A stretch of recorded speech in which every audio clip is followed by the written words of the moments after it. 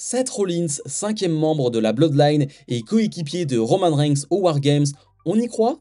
Et bonjour à toutes et à tous, on se retrouve aujourd'hui pour mon récap de Raw du 11 novembre 2024. Comme d'habitude, je vous invite à mettre un maximum de pouces vers le haut. Pour cette vidéo, j'en demande un minimum 200. Et ce Raw va s'ouvrir avec le champion du monde poids lourd, Gunther, et la WWE nous officialise qu'il défendra son titre de champion du monde contre Damien Priest lors des Survivor Series. Le champion va directement balayer sa défaite face à Cody Rhodes, peu importe, je suis toujours le champion du monde. Mais Damien Priest va directement venir sur le ring. Il veut entendre en personne ce que Gunther a à dire sur lui. Il admet aussi qu'il a douté de s'il pouvait battre Gunther à SummerSlam, mais pense que s'il n'avait pas eu Finn Balor, il serait toujours champion. Il remarque que désormais, c'est Gunther qui doute, encore plus depuis que Cody Rhodes l'a battu. Il le sait parce que le Gunther qui ne doutait pas l'aurait déjà attaqué. Ludwig Kaiser va l'interrompre. Il est certain que le résultat du match des Survivor Series sera le même qu'à SummerSlam, mais le champion va le faire taire. Kaiser va refuser de se taire et va traiter Priest de déchet.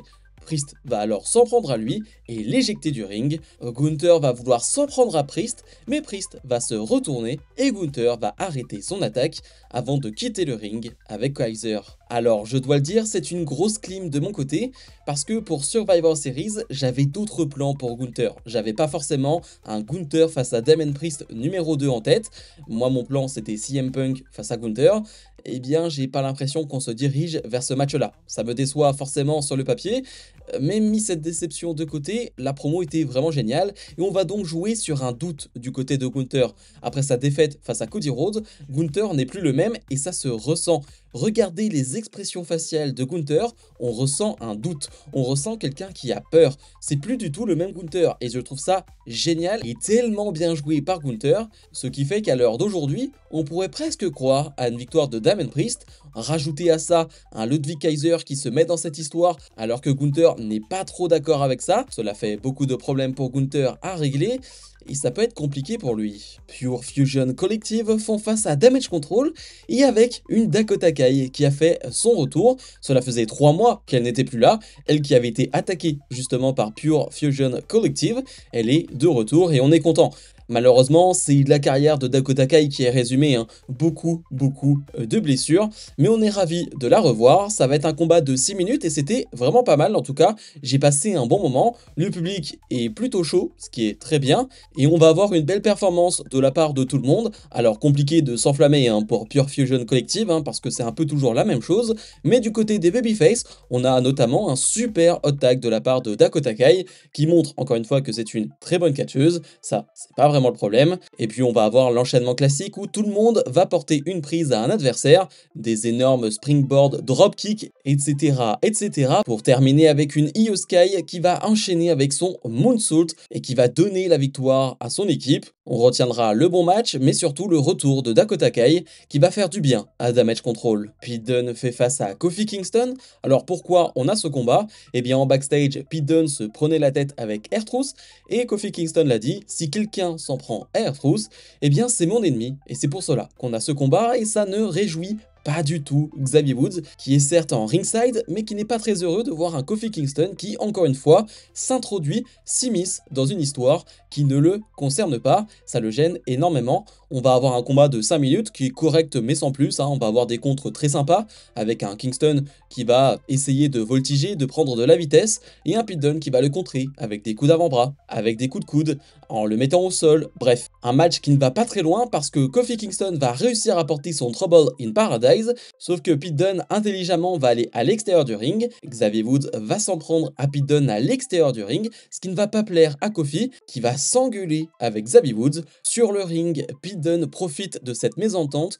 pour porter son finish sur Kofi Kingston pour remporter ce combat. Ça dure encore et encore, ces mésententes entre Kofi Kingston et Xavier Woods. On a l'impression que ça ne va jamais s'arrêter. On sait qu'on aura un Raw spécial New Day pour fêter leurs 10 ans.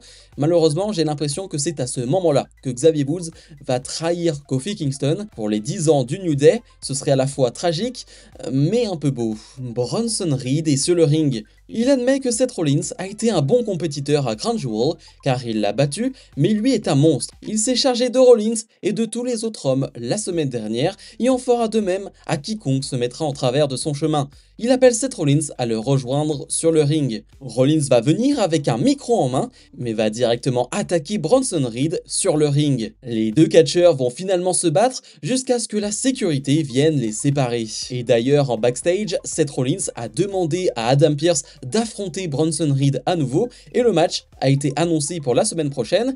Mais ça c'est bien, l'histoire continue entre les deux et ça on l'avait remarqué la semaine dernière, mais il y a une autre histoire qui est intéressante, c'est Sami Zayn qui, avec Jimmy Uso et Jey Uso, ont discuté plus tôt dans la soirée et cherche un cinquième membre. Et oui, je ne pensais pas qu'on allait avoir un 5 contre 5, Bloodline contre Bloodline, et bien si. Du coup Zayn cherche un cinquième membre, il va demander à Rollins de rejoindre son équipe, et désolé Sami, mais tu es stupide. À quel moment tu pensais que Seth Rollins allait dire oui? À quel moment Rollins doit accepter cette proposition alors qu'il déteste Roman Reigns depuis des années et des années? Ça n'aurait aucun sens. Et c'est ce que va exactement dire Seth Rollins. Non, je ne crois pas en Roman Reigns. C'est stupide de rejoindre Roman Reigns. Il n'a pas changé. Donc non, je refuse ta proposition. Je ne sais pas si c'est voulu, hein, mais Sami Zayn dans cette situation-là n'est pas du tout sensé, n'est pas du tout logique. Aller voir Seth Rollins en premier, ça me paraît totalement con, mais vraiment totalement con. Damien Priest fait donc face à Ludwig Kaiser, un combat de 5 minutes et c'était très sympa. Honnêtement, c'est toujours des bons matchs avec Ludwig Kaiser, tu sais à quoi t'attendre. De l'autre côté, avec Damien Priest, c'est un peu la même chose. Et il faut le noter, Damien Priest est giga over. Damien Priest reçoit d'énormes pop de la part du public. Je ne m'attendais pas à ce que Damien Priest devienne une si grosse superstar du côté de Raw. Pour être totalement franc avec vous, eh bien si chaque semaine il reçoit de grosses pop de la part du public et c'est plutôt cool. On peut souvent se plaindre qu'il n'y ait pas de nouvelles grosses superstars à la WWE, eh bien Damien Priest en fait partie. Et c'est très bien comme ça. Comme je le disais, le match est vraiment bon, mais ça ne va pas aller très loin non plus, avec un Damien Priest qui va globalement enchaîner facilement et qui va remporter ce combat avec une énorme pop. On a un Gunther qui va se présenter sur la rampe d'entrée et qui va finalement partir. Encore une fois, on nous montre un Gunther qui doute et qui doute. Karrion Kross et le Final Testament retrouvent le Miz en coulisses. Il explique qu'il veut prendre des vacances après ce qui lui est arrivé avec les Wyatt Six la semaine dernière, mais Kross ne veut pas, il veut en savoir plus sur eux. Le Miz va insister, il veut penser à sa famille désormais. Kross n'est toujours pas d'accord, il est encore furieux de ce qu'ils ont fait à Paul Ellering et va attraper Miz et l'amener sur le ring avant de le menacer de lui briser les jambes s'il ne lui dit pas où sont les Wyatt Six. Les lumières vont s'éteindre et les Wyatt Six vont apparaître sur le ring, faisant face au Final Testament. Le Miz va faire semblant de s'aligner avec les Wyatt Six, mais va attaquer Eric Rowan avec un coup de chaise. Le Final Testament va passer à tabac les Wyatt Six sur le ring, avec le Miz et Karrion Kross qui vont s'en réjouir. C'était vraiment très sympa, avec le Miz qui nous fait une mise, hein, c'est-à-dire qu'on ne peut jamais le croire, on ne peut jamais lui faire confiance, mais cette petite histoire entre le Final Testament et les Wyatt Six, c'est un petit truc que je grignote chaque semaine. Pour moi, c'est sympathique, c'est-à-dire que c'est jamais le grand moment d'Euro, c'est jamais extraordinaire pour moi, mais je passe pas de mauvais moments devant ces segments. Karrion Kross est plutôt crédible dans ce qu'il fait, l'histoire autour du Miz, qui avait été kidnappé par la Wyatt Six, c'était intriguant, et là, cette histoire sur le ring entre ces deux familles, ces deux clans, bah moi je dis pas non. Donc honnêtement, ça se grignote bien, ça se mange bien, et je passe un bon moment. Et dans le main event, Bianca Belair et Jade Cargill défendent leur titre de championne par équipe face à Liv Morgan et Raquel Rodriguez. On va pas se mentir, le match est secondaire. Pas que le match soit mauvais, en soi il est assez quelconque. On a la classique, hein, le hot tag de Jade Cargill et ensuite ça s'enchaîne, ça part un peu en vrille. Mais c'est pas vraiment ça le plus important. Le plus important c'est quoi? C'est les interventions diverses qu'on va avoir lors de ce match qui vont clairement nous teaser un Wargame match féminin, c'est clair et net. On va avoir du Nia Jax et du Tiffany Stratton qui vont apparaître lors de ce match. On va avoir Naomi qui va venir aider Cargill et Bianca Belair. C'est un beau bordel, on n'y comprend plus grand chose.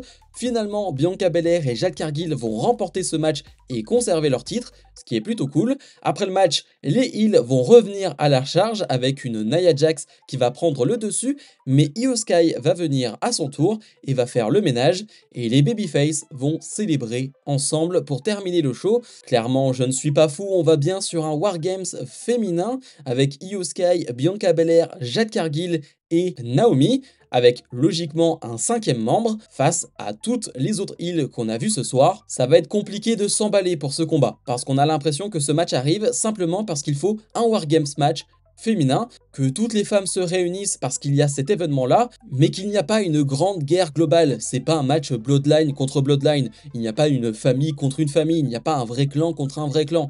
Donc je trouve ça un peu particulier, on veut absolument faire ce Wargame match féminin, parce qu'il le faut, mais sur le papier, est-ce que c'est vraiment une bonne idée? J'en suis pas sûr. Bilan de ce Raw, eh bien de mon côté on sera sur un 6,5 sur 10, j'ai trouvé ça correct mais sans plus, surtout en termes de qualité de match. Je trouve qu'avec le roster de Raw, tu peux faire beaucoup mieux. Là, il n'y a pas réellement un match qui sort du lot. Il n'y a pas de choses catastrophiques, mais aucun match, selon moi, est à retenir lors de ce show.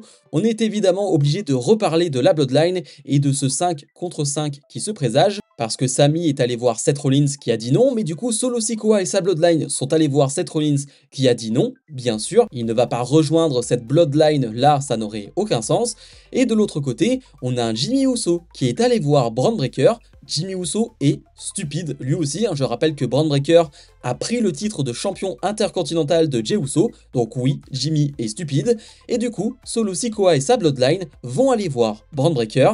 Pour le moment, on n'utilise que 2 noms de chaque côté, c'est Bron Breakker et Seth Rollins, à voir si ça va se faire. On sait que le Raw de la semaine prochaine a été enregistré dans la foulée, mais je ne veux pas être spoilé, donc s'il vous plaît, si vous avez vu des spoilers, ne dites rien. Mais si c'est bien Breakker et Rollins qui rejoignent chaque équipe, ça va être problématique. Ne me parlez plus de cinéma ou quoi que ce soit, ce serait catastrophique en termes de cohérence. Comme d'habitude, je vous invite à mettre un maximum de pouces vers le haut, à vous abonner, et nous on se retrouve dès demain pour mon récap de NXT. Salut, salut!